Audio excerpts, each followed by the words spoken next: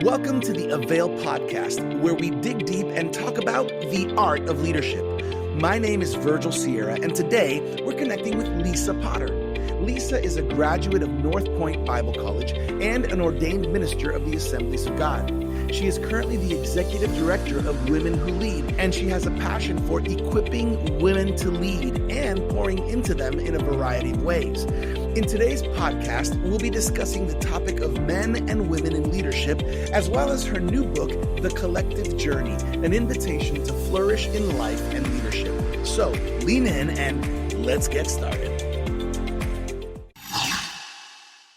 Welcome back, everybody. We are here once again on the Avail podcast, where we talk the art of leadership. I love every time we get together because we talk leadership with amazing leaders, and today is not going to disappoint because we are with none other than Lisa Potter. Lisa, how does it feel to be on the Avail podcast? Wow, thank you so much, Virgil. It's just great. It's an honor to be here and talk leadership. It's my passion. I love it, and I love to get with people who love to talk about it. So Yes. Thanks for having me. We have that in common. I love to talk about leadership. I love to connect with other leaders. I think everybody's going to be challenged, encouraged, and blessed by this conversation. So Lisa, thank you for being with us. I think the best place to start for those who are maybe getting to know you here on this Avail podcast is to tell us a little bit about yourself, your story, who you are, where you come from, and what you're doing. Yeah, well, I'm an East Coast girl, born and raised in Maryland, and my home is Virginia. So I call Virginia the home of my heart. And so I'm what they consider a Northern Virginian, though, which is right outside D.C. It's a great place to live. It really is, with the nation's capital here. But yeah, my husband and I pastored for 28 years all together. And now we serve in a leadership capacity in our network, overseeing like 380 churches in Maryland, Virginia, D.C., and it's just a wonderful opportunity for us. I'm the executive director of Women Who Lead, and that is one of my passions that I've created. We do a big ROAR conference every year where we kind of simplify the idea of leadership for women and knock it down to levels of using words and language of influence, and we were made for this, and what if God called us to do these things? And the women leave with just, new dreams, new vision of what God is calling them to do. So that's one of the passions of my heart. I'm an author of a new book, The Collective Journey, and we'll talk about that in a little bit, and speaking and all this good stuff. But, you know, my really thing, the thing that I'm proud of most are my two children who are grown adults. Like, when did that happen? I don't know if you feel like that or how old your kids are, but mine are 34 and 31. And I'm like, what in the world? But they are really the best representation of my husband and I. We say that every day. We're like, you know, they got the best of both of us. And so that's really what I'm most proud of that I've done in my life are my kids. I love that. I think that we should never forget that our greatest legacy is not what we leave, but who we leave.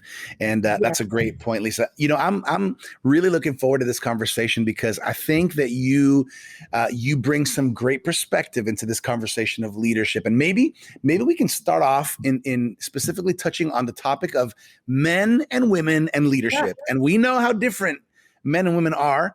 And then we know also just the concept of leadership. Can you talk to me a little bit about just what's been on your heart, what you've learned throughout your journey about men and women and leadership? Yeah, I would love to. I mean, several years ago when we transitioned into this role, I found myself in a place like where I was like, what am I going to do with, you know, this next phase of my life? So I went back to school, and I went back to school to get my master's degree in leadership. When in that master's degree, I was in at first a women's leadership cohort. And then at some point we broke up and we had classes with men and women. And it was interesting because we got into a lot of conversation about differences in us, in our gender and leadership, but the sameness that is there. And I love the idea of differences and sameness because the differences, like, you're a man, I'm a woman. That's different. That's huge. But we always hear like women think differently than men. And why do we want women at the table? Why do we need women Mm, and men serving together at the table? And I love to talk about this because on a national level, one of our leaders, when was asked this question, when we were seeing more women coming around tables of national places, like board rooms and other things. And so she was asked the question, this woman that I really admire, and she was asked the question, how has the boardroom changed now that there are many women on the board? And her answer was this, women on the board didn't change things, diversity changed things.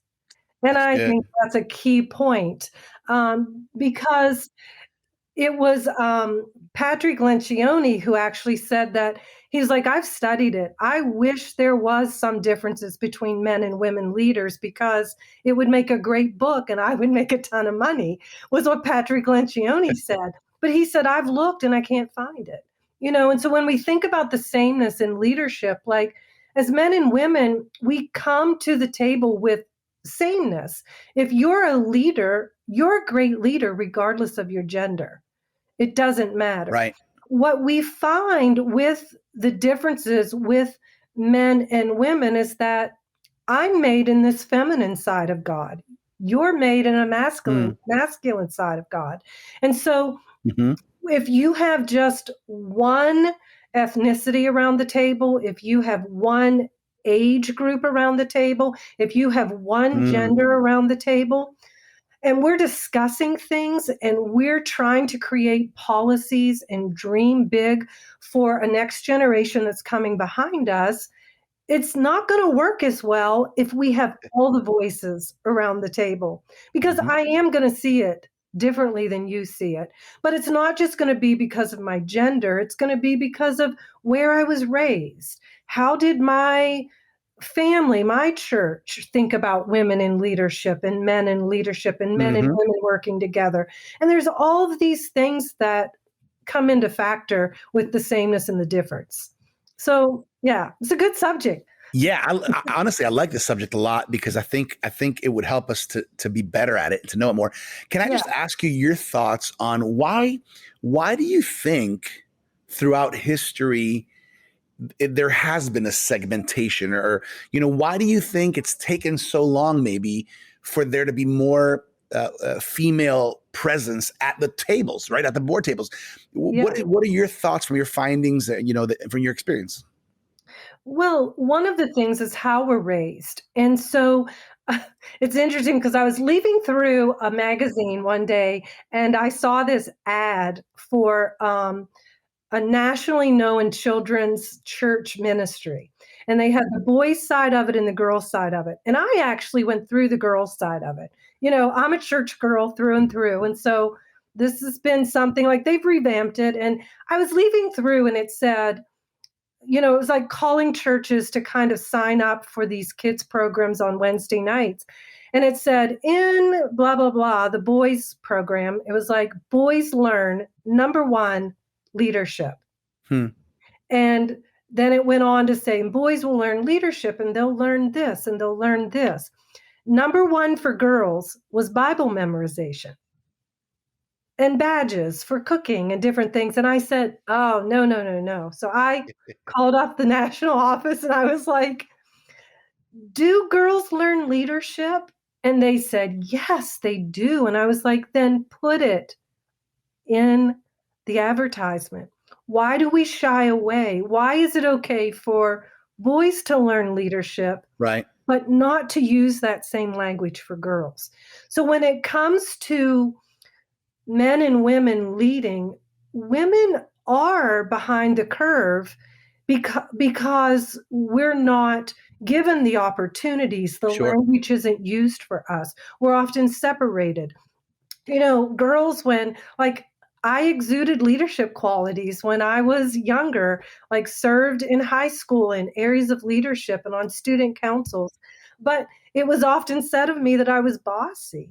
Yeah. But when the men around me or the boys around me were exuding the same things, they were great leaders. Mm. And so we have to change, I think, the the conversation. Yeah. We've got to get better at pulling it out. Oftentimes we'll see even at our youth camps and kids camps, you know, girls and boys will feel this call of God on their lives there. Like, what is God calling me to do? And boys right away will say, I think God's calling me to be a youth pastor, because they see it visualized on the stage and they see Right. it in front of them. Girls can't give language to it because they don't see themselves on platforms. Yeah. And it's a really interesting point and that's one of the things I'm trying to do, is bring awareness to that and just have what I call crucial conversations, that'll bring about the change that we need.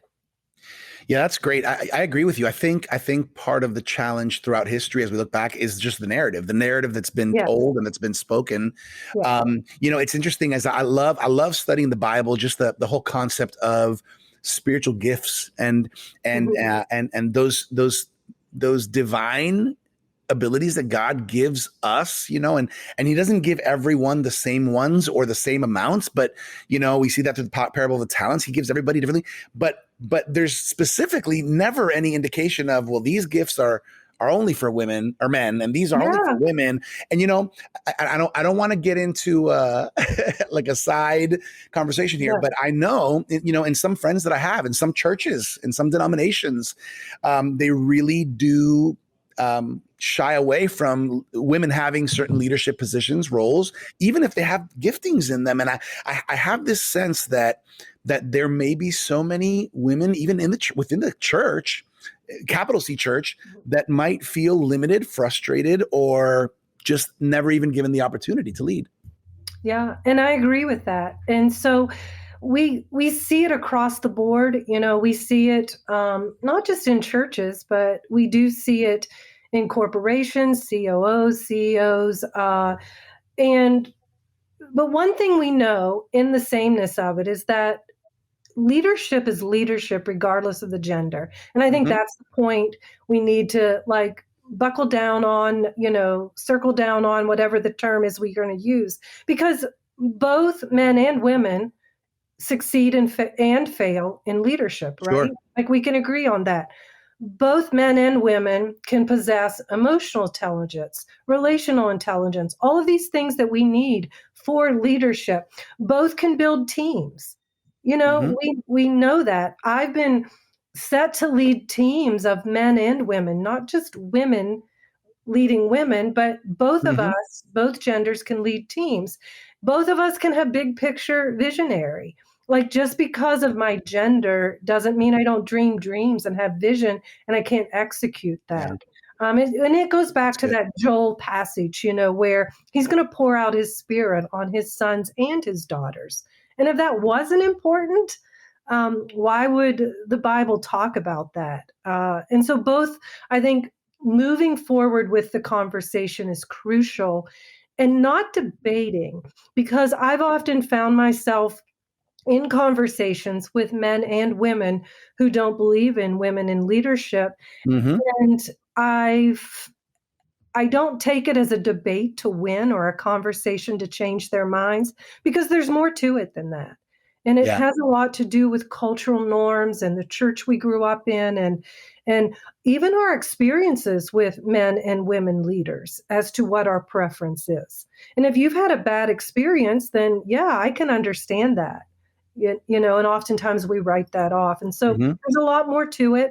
And I often go into it thinking, we're just going to have a conversation, and it's going to be one of those things. I'm going to ask questions like, well, what type of home did you grow up in? And what part did your mom play? What part did your dad play? And it often gives me insight into who I'm talking to and why they believe the way they do. And it's not up to me to change their mind. It's up to me to show them what a great female leader looks like.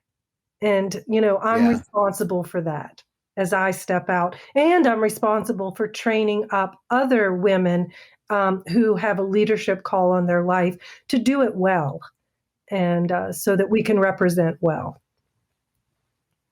That's great. I want to talk about your new book, The Collective Journey: An Invitation to Flourish in Life and Leadership. Let's dive into this, because tell us the heart and the why behind this book. Oh, wow. Well, it is a work of heart for me. And the book is, it came out of like personal experience for me, but actually got written because I was in school in my master's degree and decided to make it a directed research, basically. So the book is founded on academic research and, you know, what the end result of that was, and me testing it out. So that's the academic side of it. But the personal side of it was at 28 years old, my husband and I were pastoring a church. I had a 2-year-old and a 4-year-old, and I was very wounded, I think, in ministry and just, it was back in the day when they were like, you can't have any friends in the church, because all of these things were unpopular to do. And so I found myself young, 28 years old, a ton of fun to be around, and I had no friends. And to be honest with you, I ended up in a counselor's office in Richmond, Virginia, and the first question he asked me was, "Who are your friends?" And I remember thinking I couldn't answer, one name for that. And so my homework Wow. assignment that week was to go back and have coffee with someone. And I was like, "No, ask me anything else," because when you're in that state and you're in that position, you think, nobody even wants to have coffee with me.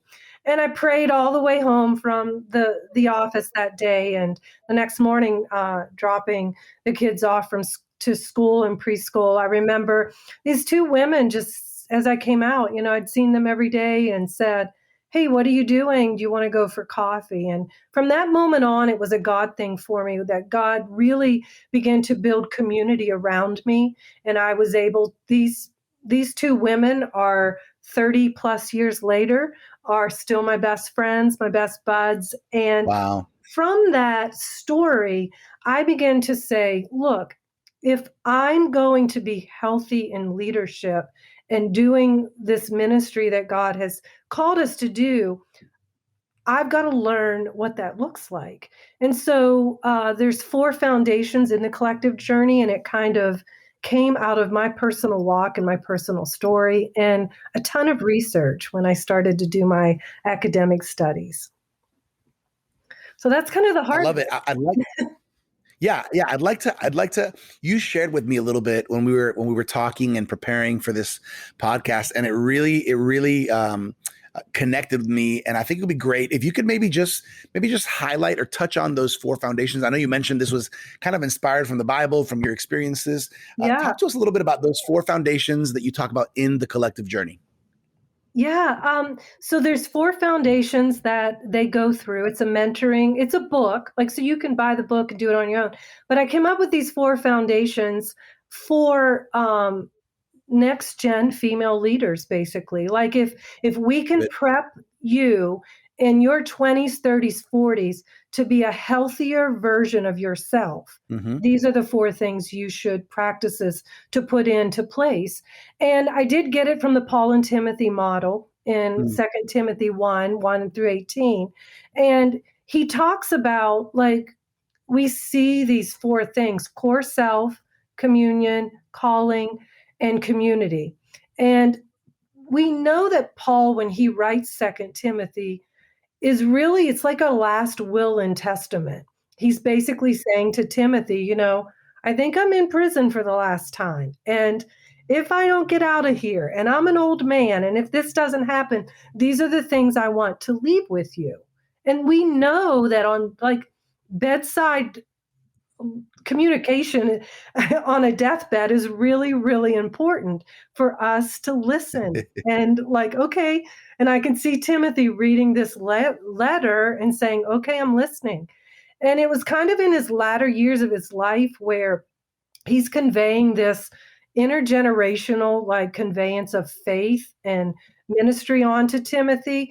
And he asked himself in that prison, if I'm not here, who's going to do what I'm doing?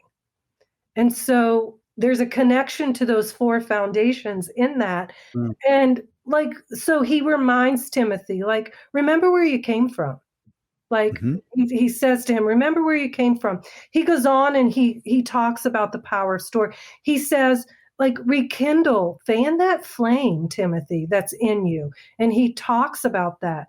He talks about guarding these deposits, like, which I come out with core self. And then he says at the end in like 15 through 17, and we kind of think we probably passed through it, because he starts to talk about being in prison and the people who stopped by and gave him a coat or fed him or checked on him.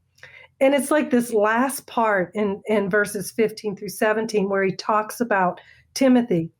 If you don't remember anything else I'm telling you, remember the importance of community in your life, building friendships that when you're not in a good place, they're going to still be with you. Others may leave you, but they'll be with you. So those are the four foundations. Core self, which is the power of this inner heart, this inner life. Mhm. Communion is the power of story. In communion phase and foundation, I use an analogy with the table of the Lord, the communion table, and we talk about how, like, God ask us to celebrate the most painful part of Jesus's story. Jesus says, celebrate my death and celebrate my body that was broken and my blood that was shed. And so we often want to negate our past and our story, but we can't in leadership because our story, culture, where I come from, the heart of that, like, for instance, the collective journey is a part of the pain of my past, Mm. and it became my passion. And so they go through a story map and we talk about the power of their story, where God has taken them. Calling, like, that's kind of self-explanatory. We do a lot of calling and giftings tests theirs, but they also come out with a vision and value statement, which is really, really important for leaders. I come across a lot of leaders who don't have a vision and value statement. They don't know what drives them. And if you ask me, because I've done the work on that, I'd say I'm a grace downloader and a bridge builder. That's what drives me. Like, I can look past my whole life and I'm always a grace downloader and I'm also always a bridge builder between the generations. And then the last one is really close to my heart, the last foundation of community, because as female leaders, we all need community, but women need to be cheering women on, and they need men in their lives that are opening up the doors for them, Mhm. that are inviting them to tables, inviting them into rooms where they wouldn't normally get to go, so they can learn how to be better leaders. And so those are the four foundations of the collective journey. Are you following Avail on social media? If you answered no, what are you waiting for? You can enjoy encouraging content, get updates on all our latest resources, and connect with leaders just like you, all from the comfort of your couch. There's no better account to visit in between appointments or over morning coffee. If you haven't found us on Instagram and Facebook yet, look up The Art of Avail and click follow. We can't wait to see you there. I love it. So here's a question, Lisa. In the book, if somebody purchases the book, do you actually kind of walk the reader through how to write this, come up with a statement? Is that something you walk them through in the journey? Yes, I do. And I give them examples. So the book can be purchased. You can do it on your own, or you can say, I'm just going to grab a couple of friends and we're going to do it together. Everything you need to go through the collective journey and to go through these four foundations is in the book. And I also have we're launching online mentoring groups, which are 18 weeks that you can sign up for. And I do a premier group every year where I invite 12 to 15 women, next gen 40 and under women, that I take through 6 months of mentoring with me in a group. And we do the foundations of the collective journey. So all kinds of ways you can do it. It works. That's good. Now that you mentioned that specifically, when you look at the younger leaders today, what's something on your heart? Maybe some advice for younger leaders. Things today are not how they were, before. But what has caught your attention? Maybe what do you notice or see that, man, it's so important for young leaders to know this or to understand this about leadership? That's a great question.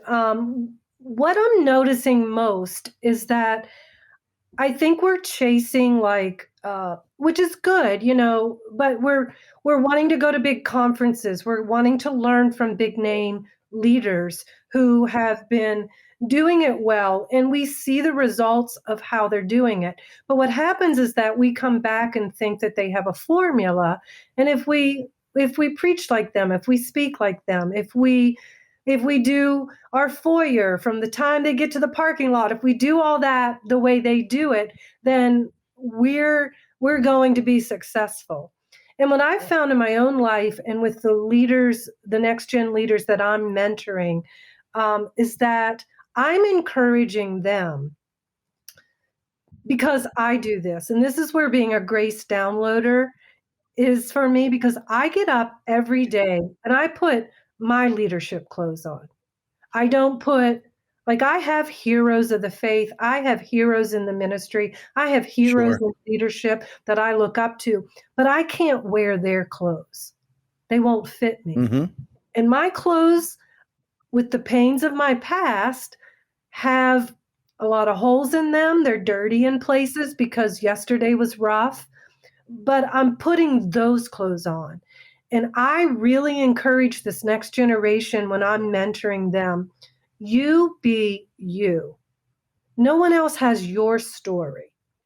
And when Hmm. you bring that to the table, you bring this congruency in heart and outside leadership.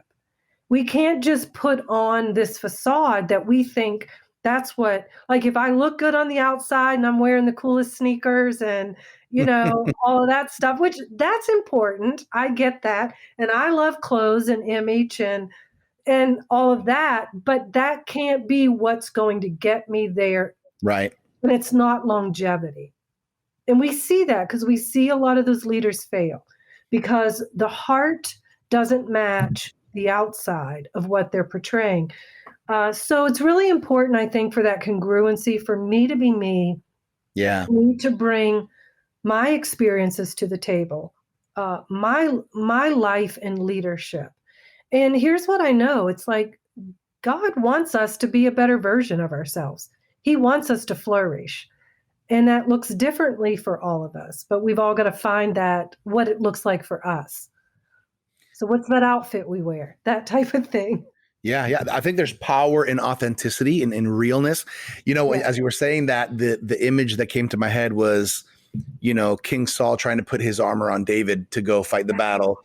And so many times we're trying to be someone that we're not, because we Mhm. might feel like we're not enough. And I think there's so much power in that, identifying and discovering, who am I in Christ? What has God put in me? Those giftings, those abilities, and how can I be comfortable in my skin, and grow and develop even more. So I love what you're sharing.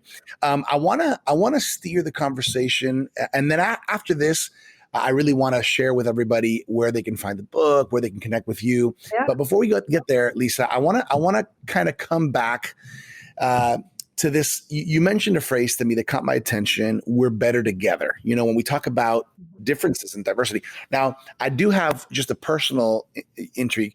You pastored along and led with your husband, and Yeah. you've been doing that. You've done it for a long time. You're Mhm. probably still doing it in different ways. Yeah. How is that dynamic? Because that's also a dynamic, leading together. I lead together with my wife. We pastor Vertical Church together here in South Florida, and there's so much beauty in it and wonderful. And then there's some challenges in it as well.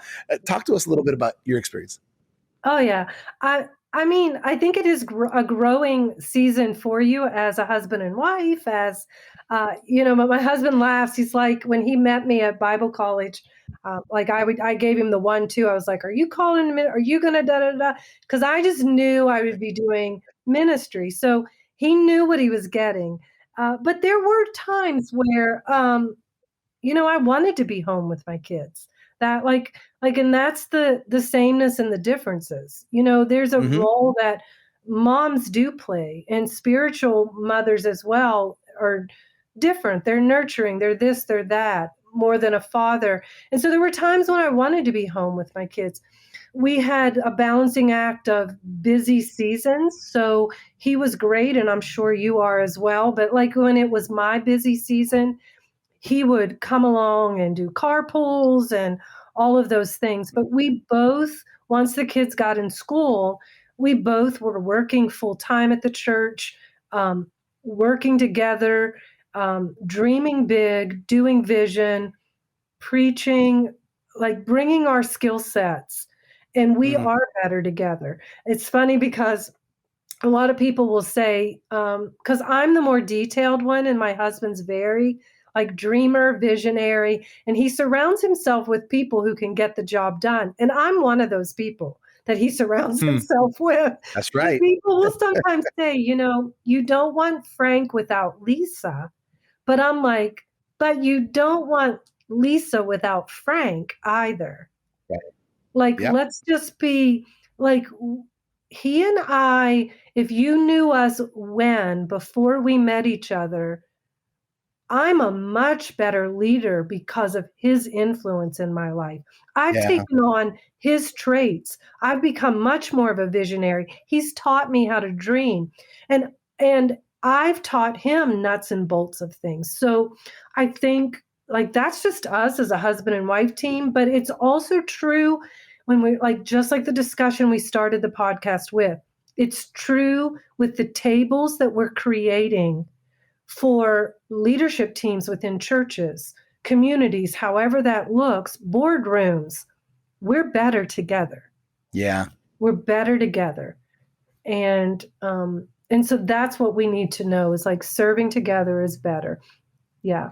Yeah, I think there's a mutuality and a strength that when there isn't diversity at the table, when there isn't, Yeah. whether it's men and women, multi generational, even culture, multicultural, all of that diversity, I think not only makes us better, makes us stronger. It allows us Yeah. to reach more and connect more. I've seen the power of, I've experienced the power of that. And I think it's an important encouragement for leaders out there Yeah. who need this. A couple questions for you, Lisa, just kind of to get to know Lisa a little bit off of the Yeah. official way. Here it is. Any, what do you like to do for fun? Any hobbies? Oh, fun. Well, I'm a barrel of fun. So I actually, yeah, hobbies. I mean, I I love to decorate. I have a creative side to me. So I like to paint and paint furniture, and like a good soul care day for me is this old piece of furniture I found, and I take it out on the patio and I just create it and make it something beautiful. I love to bike ride. We're bikers, and so those are a lot of and family. Anytime I can be with family, and yeah, I that's love it it. I for love it. me. Yeah. What makes you laugh? What just makes you laugh? My husband laughing at me makes me laugh. He thinks I'm funny, and I love it. And I'll say to him when he's laughing at me, I'm like he belly laughs. I'm like, "You think I'm funny?" And he's like, "You are hysterical." So when he laughs at me, I start laughing, and then we're both done. That's good. That's fun. I love those. Okay. Any hidden talent that most people maybe don't know about you? Oh, yeah. Well, I did a lot of acting and drama. So, yeah, Mm, actually hanging here in my office is a big collage of all my different characters. And I had fun doing that.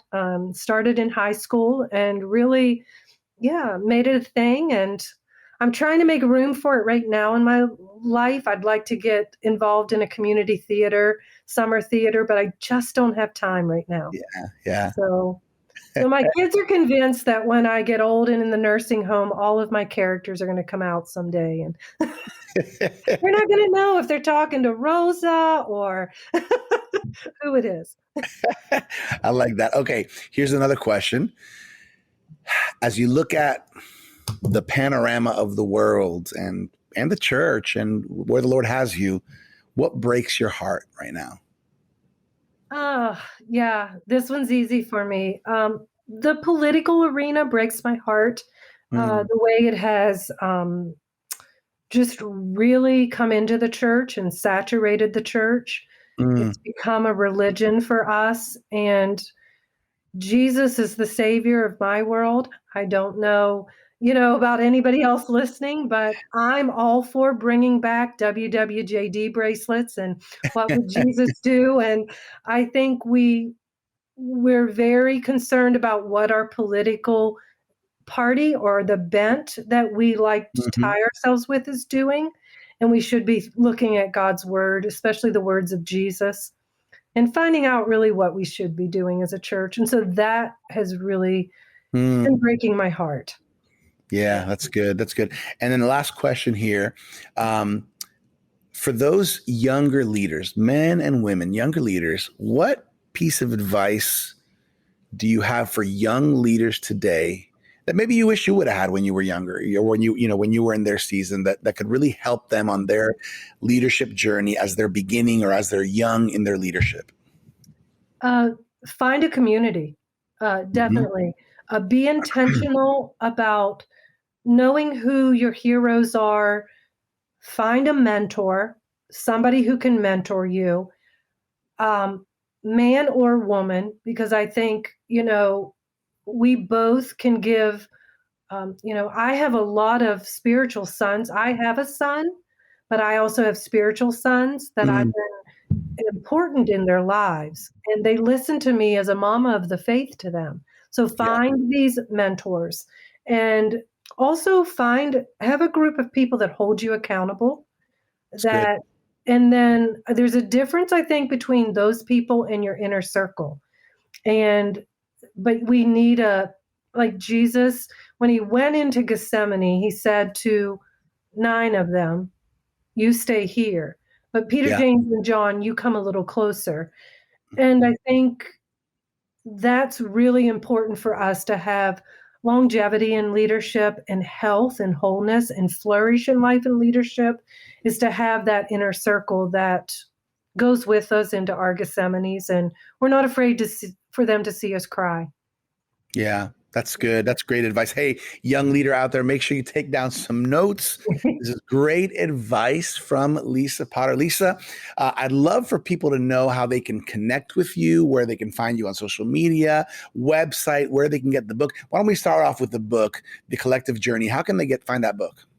Yeah, so the Collective Journey is on Amazon right now for pre-orders, and the coming out date is somewhere between March 1st and April 1st when they'll be releasing it, Hmm. but it's on its way. So you can go to Amazon, look for me, Lisa Potter, or the Collective Journey, and it'll pop up. And please pre-order that. I really believe in it, and like I said, this isn't what I think. This is based on a lot of conversation, a lot of research, and the Word of God as to what we need. And so that's where they can find it, as well as they can go to the Collective Journey website, which is thecollective-journey.com. The collective-journey.com. I love Yeah. it. I love it. Yes. How about social media? Are you on social media these days? I am. So you can find me under Lisa Potter. I'm on Instagram. I'm also on Facebook. Yeah. Sometimes Twitter, but I mainly just stalk the Twitter page for good conversation. You know what? I'm typing down this information. The collective journey dash Dash. The dash collective dash journey. Yeah. journey.com. Perfect. Yeah. Uh, Make sure you guys check that out. Make sure you do a pre-order as well, wherever you can find it. I think it's going to be well worth it for you. I think it's a great, great book. If you're not connected with Lisa on social media, make sure you look for her in social media. I know also, Lisa, you lead the Women Who Lead. Yeah. Where can people find more information about that? So that is pmnwomenwholead.com. And when you get there, our ROAR conference is coming up in DC. Yeah. April 1st and 2nd, and you don't want to miss it. Lisa Harper's our keynote, and there's Wow. so many fun things happening at this year's Roar Conference. So they can find all that information at pmnwomenwholead.com. That's it. Look into Yeah. that Roar conference. Is going to be a good one. Yeah. I want to just mention here before we close off, Lisa, the Avail Journal is one of those resources that leaders can also use to grow in their leadership. Have you found resources and books and things like that to be helpful for you on your leadership journey? Yes, and I love Avail. I love that leadership magazine, and books are my thing for sure, podcast. So signing up to listen to Avail and have it come right to me when it's available. Love, love, love what you guys are doing. Yeah, we appreciate that, Lisa. Hey, if you're watching or maybe listening for the first time to the Avail podcast, there's a great offer. You can get your free annual subscription of the Avail Journal for a whole year. You can get this for free. It comes out quarterly. It is availjournal.com. Just go to availjournal.com. You can check out the free annual subscription. You're going to want it. This Avail Leadership Journal is one of the best Christian leadership magazines you're going to find out there right now. Great resources, articles from great leaders such as Lisa, and you're going to see amazing books that you can access. We're excited about everything the Lord is doing through Avail. We're excited, Lisa, with everything the Lord is doing through you. Why don't we close off with just one last leadership nugget for all the leaders out there? Oh, that sounds great. And can I just say before we close off, it's been a pleasure to be with you, Virgil. Thank you, Lisa. You're one of the excellent of the excellent. You are top tier, and I just love what you're doing. But yeah, so one last leadership nugget. I think I would leave you with this, kind of like we were talking about culture and knowing who you are. But I think great leaders know where they come from. And they know where they stand, but then they know where they want to go and who they want to take with them.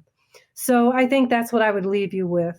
Know where you come from, know where you stand, but know where you want to go and take others with you on that journey. I think that's a really important part to generational bridge building leadership, is passing batons freely, sharing dreams. Get all the people you can on the bus. That's really good. Hey, everybody, that's some leadership wisdom, some leadership gold from none other than Lisa Potter. Lisa, this has been awesome. I just want to say, on behalf of our Avail team, Dr. Sam Chand, Martijn Van Tilburg, everybody who's behind the scenes on Avail, we just want to bless you. Thank God for your life. We honor you for all that you've done and for all that you're doing, and we can't wait to see what God is going to do. Thank you. Same with you. Thank you. Hey, everybody. I hope you've been blessed. This has been another great Avail Leadership podcast with Lisa Potter. Make sure you connect on all those websites we mentioned, and make sure to check out her upcoming book, depending on when you listen to this or watch this in 2022, somewhere between March and April, The Collective Journey, an invitation to flourish in life and leadership.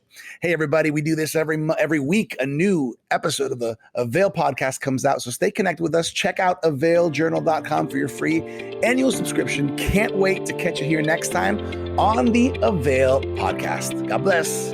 Thank you for joining us for this episode of the Avail podcast. We hope you've been intrigued by this conversation with Lisa Potter. You can connect with Lisa at thecollective-journey.com and pmnwomenwholead.com and on social media. For more leadership resources, check us out at theartofleadership.com and make sure to claim your free annual subscription of the Avail Journal at availjournal.com.